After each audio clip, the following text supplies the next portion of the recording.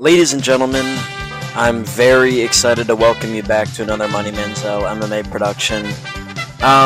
By the way, just if you want like your actual bets, I have timestamps down below in the comments, and I also have chapters to this video, so feel free to skip any of the breakdowns that you don't like or the introduction even here to what I'm doing. So go ahead, skip through that, find the bets you want, place them, and make some money.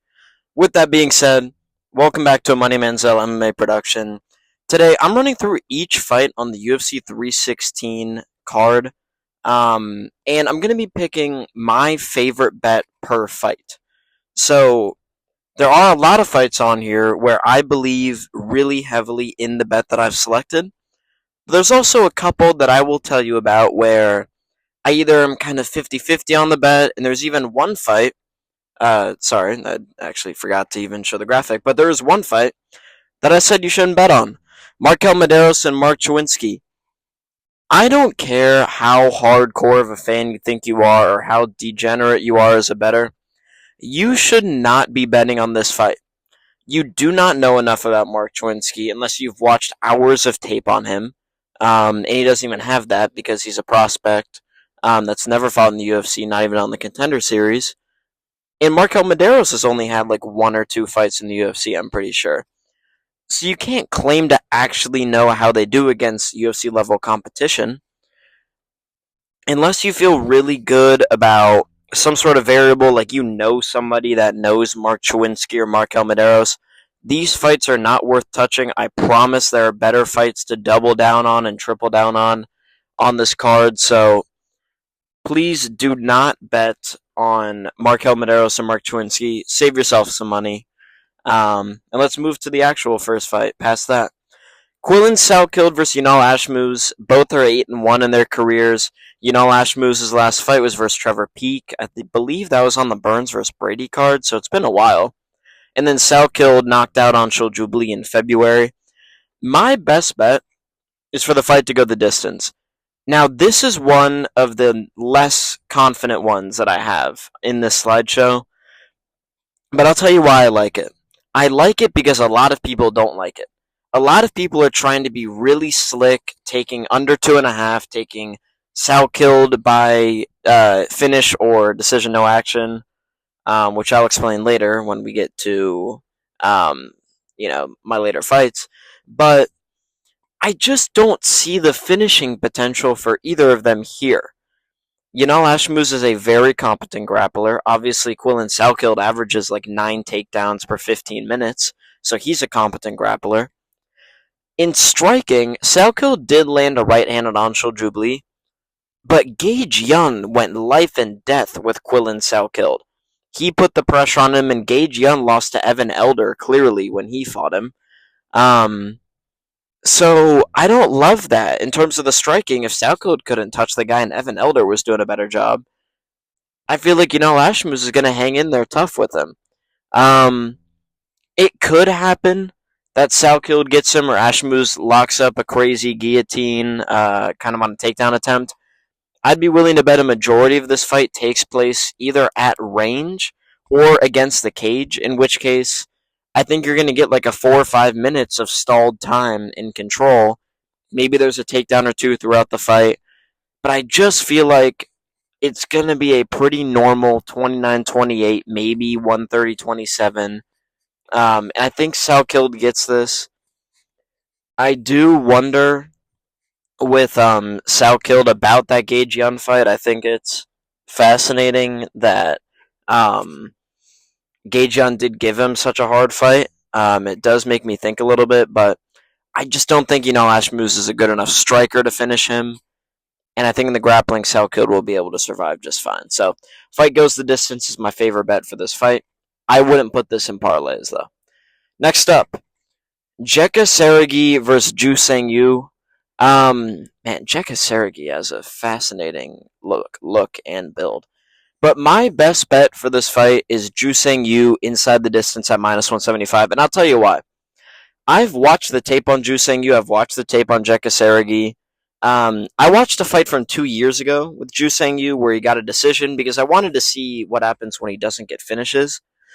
and he almost finished the guy. He dropped him twice, took him down a bunch, threatened submissions. Sorry, I just collapsed there for a second for some reason. But he's always there to finish you. That's what he's always trying to do.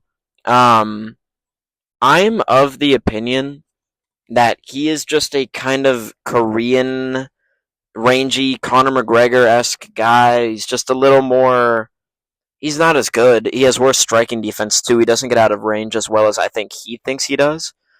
Um, but Saragih is stupid. I said this in my last TikTok too. That Jekka Saragih does a lot of dumb stuff. He put himself in the triangle versus Weston Wilson, KO'd by Anshul Jubilee. I think it was ground and pound, but still. Um, and it was a fluke knockout. It was a come from behind victory versus Lucas Alexander, if I remember correctly. So I just think he's going to come in super fast, maybe land something big early, and then you're like, oh shit, like I don't know. But Ju Sang Yu should recover fine. If anyone's going to beat him, it's not going to be Jekka Saragih. I think Ju Sang Yu finishes him. He's viable. He's live for a finish any of the 3 rounds. I like that when a guy's power doesn't diminish over the fight. So I'm going to take Ju Sang Yu inside the distance at minus 175. Next up, Ariane De Silva or Ariane Lipski versus Wang Con or Con Wayne. I don't really know how to say her name. The Chinese names are kind of confusing. It's like how some people will say Yadon Song. But I'm very glad that I took this bet at minus 200 because I think it's going to widen. Ariane De Silva missed weight by 6 pounds this morning. Now, it could go both ways. People might think, wow, she might be bigger. She didn't have to cut a lot of weight. But the fact that Wang Con was willing to still fight with the girl who's 6 pounds overweight, almost always that gets canceled, makes me really confident in her. I was already going to take this bet anyways. I made this graphic yesterday. But I just think that Wang Kong is extremely skilled kickboxing in the grappling too. She can hold her own. I don't think Ariane De Silva has enough to stop her. I think other girls can beat Wang Kong in the top 15. I think it'll be fun fights for her. But I just think at the spread here at minus 3.5, and if you don't understand the spread, basically, if Wang Kong wins 29-28 on all 3 scorecards, she would have a margin of 3 because it's plus 1 to her for 3 scorecards, so she'd have 3. That would lose because she's minus 3.5, the same way that basketball, football, baseball works. If she won 30-27 on all 3 scorecards, it would be 9, and she would cover by 5.5 here because she easily won 3-0. And if it's a finish, it wins regardless. If it's if it's a finish and you pick that person's spread, you win the bet too. So I like Cong Wei here. I like the finishing potential, but I really think she's going to just dominate for 3 rounds more than likely. Minus 200 isn't bad either. Chaos Williams versus Andreas Gustafsson. I am taking the double chance method of victory here because I hate kind of sticking with a one method of victory as much if I'm not confident. Chaos is either going to KO him or Gustafsson's going to win a close decision. That's kind of how I think a lot of people are reading this fight. Chaos is so dangerous if you're in the pocket with him, if you're in close. He's got crazy power. Andreas Gustafsson loves to get you in the clinch, but to do that, he has to walk through the power of Chaos, which is no easy task, especially for a guy who just kind of cut weight last week. I do wonder if that's going to have an effect on the chin. If he can get through the punches into the clinch, into the takedowns, I think he wins a decision. I think Bonfim submitting Chaos kind of didn't show how good Chaos is at getting back up. He had a couple of great sweeps in that fight. His takedown defense is incredibly questionable, but he always is able to get back up. So I think if Gustafsson wins, it's gritty, it's against the cage, it's in close elbows and hooks. But more than likely, Chaos is going to land a big right-handed finish him. That's just my opinion. I do like the double chance here. I think at minus 140, it's kind of a gift if you want to throw that in a parlay. But yeah, that's what I like here. I think those are really the only 2 ways it goes. Sergey Spivac and Waldo Cortes-Acosta. I have a much different take on this fight than a lot of people do. People talk about how Spivac doesn't want to get hit by punches. I don't think anybody does. There's some crazy guys in the UFC that don't like getting hit by punches. I get that. But the issue with Spivac is it's when his takedowns fail that he panics, not when he gets hit with shots, because he's been punched before and been fine. He doesn't even really get knocked down. It's not like Cyril Gahn knocked him down 3 times and finished him, battered him on the ground, and he quits.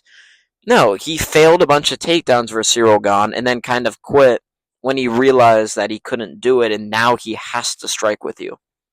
Cortes-Acosta was taken down 3 or 4 times by Marcos Rogerio de Lima.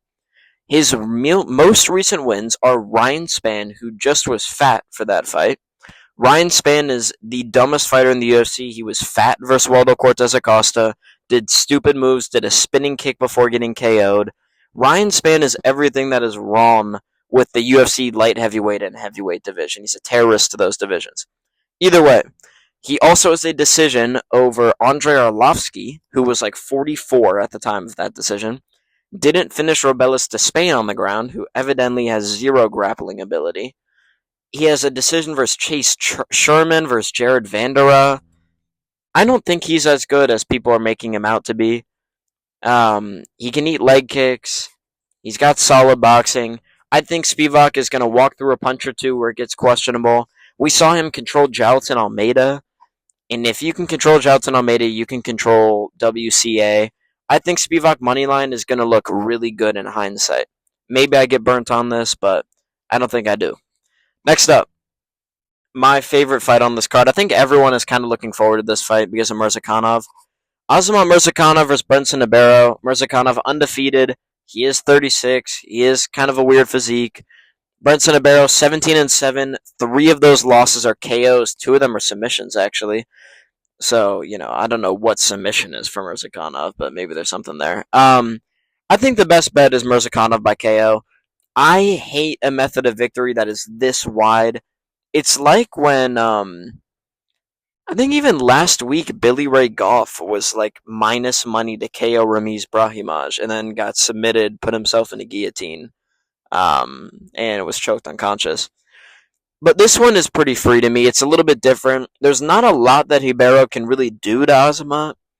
The only way that he doesn't KO Ribeiro is if Ribeiro somehow lands something before him. He would need to land the first or second punch that he threw right on the chin and put him out. Because Ribeiro has an awful chin. He has good power. But 7 losses in his career. A lot of them are by KO. We saw Zhang Minyang cold him. I just don't think it's a good matchup for him. I do like that he wanted to take it on short notice and made it a fun fight, even though Johnny Walker would have had the same result more than likely. But hopefully Murzakanov puts on a masterclass and we get the minus 275 KO here. Final fight of the prelims. Bruno Silva versus Joshua Van. I can't believe this guy has 2 draws in his that's crazy. But I'm taking another double chance here. I think if it is a finish, Bruno Silva will get the KO. And if it's a decision, Joshua Van wins.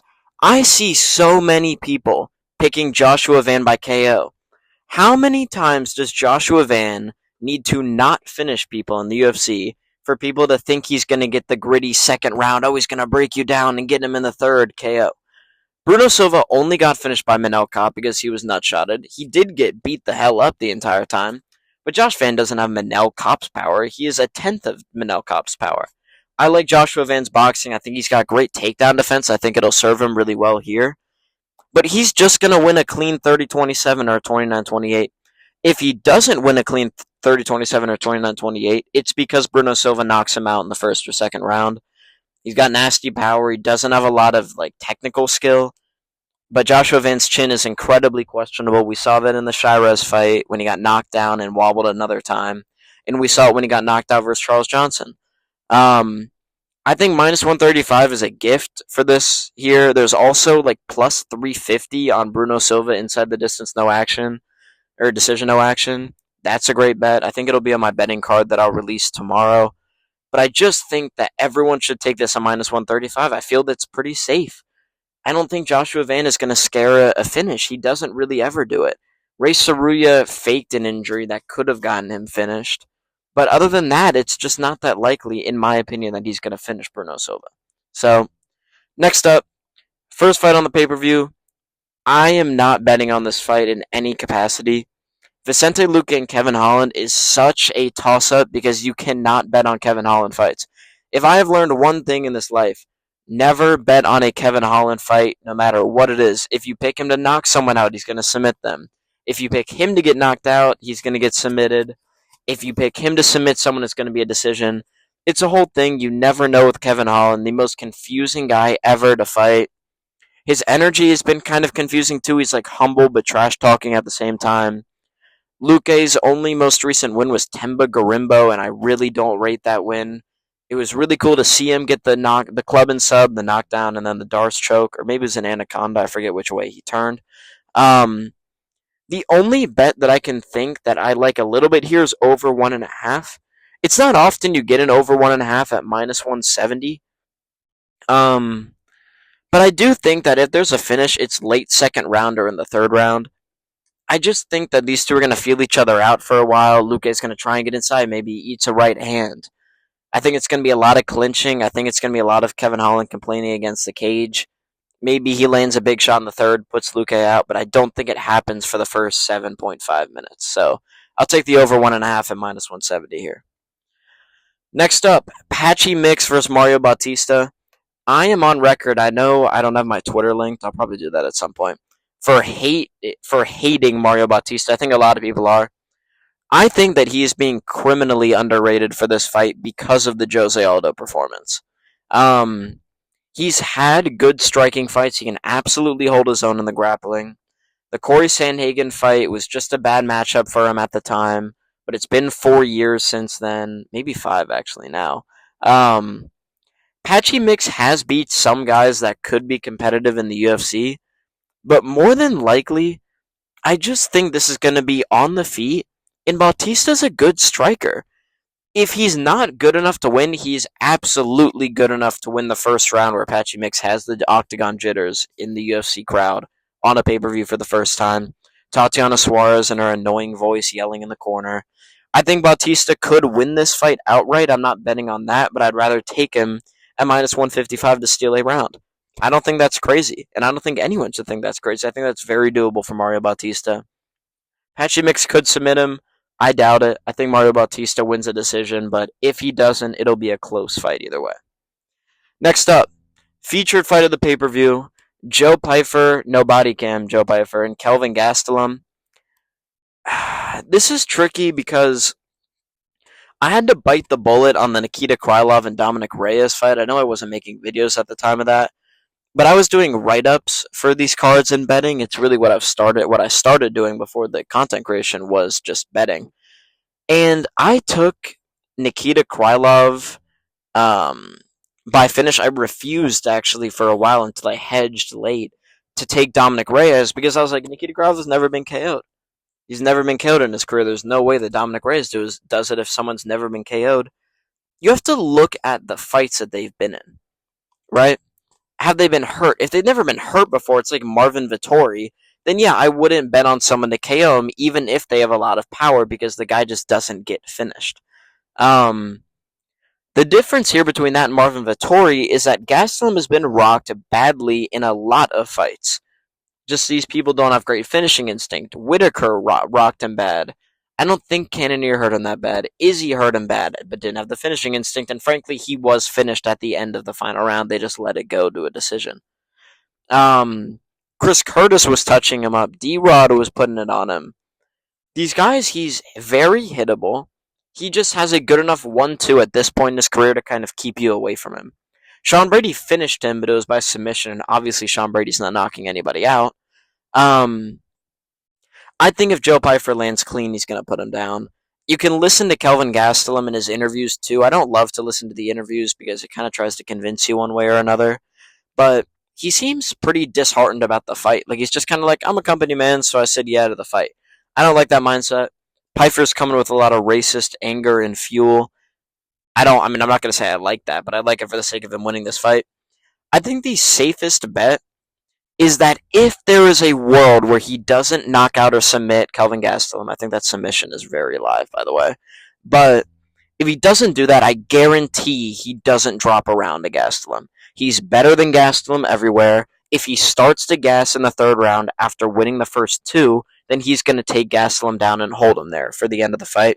I think Pyfer at worst wins a 30-27. If he gives up a round on the scorecard, then we just need one of the three scorecards to be a 30-27. And if he finishes him, which I think is way more likely, then we win the bet regardless at minus 170. So I feel like minus 3.5 is the safest way to go about it. Let me know if you disagree on that one, but I feel really good at that line. Next up, Juliana Pena and Kayla Harrison. Again, a fight that I'm probably not going to bet on. A lot of the other ones that I haven't mentioned I will be betting on those. I do like the lines there on a lot of them. I'm not going to bet on this fight because there are so many. It's just a fight where you can pretend to be really hardcore with Pena, or you can be super chalk with Harrison and be like, what are you talking about? Pena sucks. The reality is, we don't know. So I'm going to go off the old adage, which is a women's MMA fight, you're taking the over 2.5. That feels safe. It might not be. I'm probably not putting it in a parlay. But if I had to give you a bet for this fight, I would say Pena over 2.5 is the safest bet. However, Juliana Pena to win a decision is plus 1,200 odds. Do with that information however you want to do with it, how you ever want to deal with it. But her winning a decision is plus 1,200, so maybe throw a couple bucks on that. Maybe throw a half a unit, a fourth of a unit on her winning a decision, because plus 1,200 seems crazy. Anyways, the main event of the evening, Merab Dvalishvili versus Sean O'Malley. Merab's 19-4. He's coming off wins against Umar, Sean O'Malley, and those are the last two fights he's had since the fight. Sean O'Malley is coming off wins against nobody. He's getting the rematch immediately. Honestly, I get why they did it. It just annoys me. I think they should have done, let Merab sit for a little bit longer. You do Jan versus Sandhagen, or you do Jan versus Umar, and then you do O'Malley versus one of, I don't know, just someone else. O'Malley and Sonny Don, that would be a fun fight. There are other options in this, but we're getting it. I think it'll be a fun fight. Honestly, probably more fun than last time. I think Merab has learned how to emote a little bit more in fights, so I think that maybe we'll get that in a normal arena and not the Sphere, which was dog shit in the end last year. My best bet is Merab by decision at minus 165. It's not that O'Malley can't win the fight. You have to go with logic, and I know that's hard to do in MMA, but I feel like in 8 out of 10 fights, Merab is going to win a 49-46, 50-45 decision versus Sean. I do think Sean's spread, I forget what it is. I want to say maybe it's 5.5 or something like that. I might be wrong. Maybe it's a little bit more than that. Maybe it's 6.5. But that's a little intriguing for him to take a round or two off Merab. I just think the safest bet here is Merab decision. I hate it at minus 165, especially for a 5-round fight. You'd rather get plus money on it. But the reality is a lot of Merab's fights do go to decision. I think basically all of them have. So I like Merab by decision. O'Malley could KO him. I doubt it happens, though, to be honest with you. That being said, that is the end of the best bets video. If you guys skipped around, let me know what bets you liked and what you didn't like. Parlays that you agree with or disagree with. I'm open to everything. I drop my full betting card in the morning tomorrow, probably around noon. Because I have to record it, obviously. Maybe I'll record it later today. But I'll record it, obviously, and then I'll drop it, which is the full betting card. It's just me going over my bets that I'm actually placing on the card, so you can know what I like and what I don't like. And yeah. Thank you guys so much for watching. If you're from TikTok, I love you. I appreciate you. If you're from YouTube Shorts, I love you and I appreciate you. And if you're just watching because you want to make some money, I love you. I appreciate you. And good luck tomorrow night. I will see you boys tomorrow morning for the betting card. And then it's fight day. Peace out, boys. Thank you so much for listening.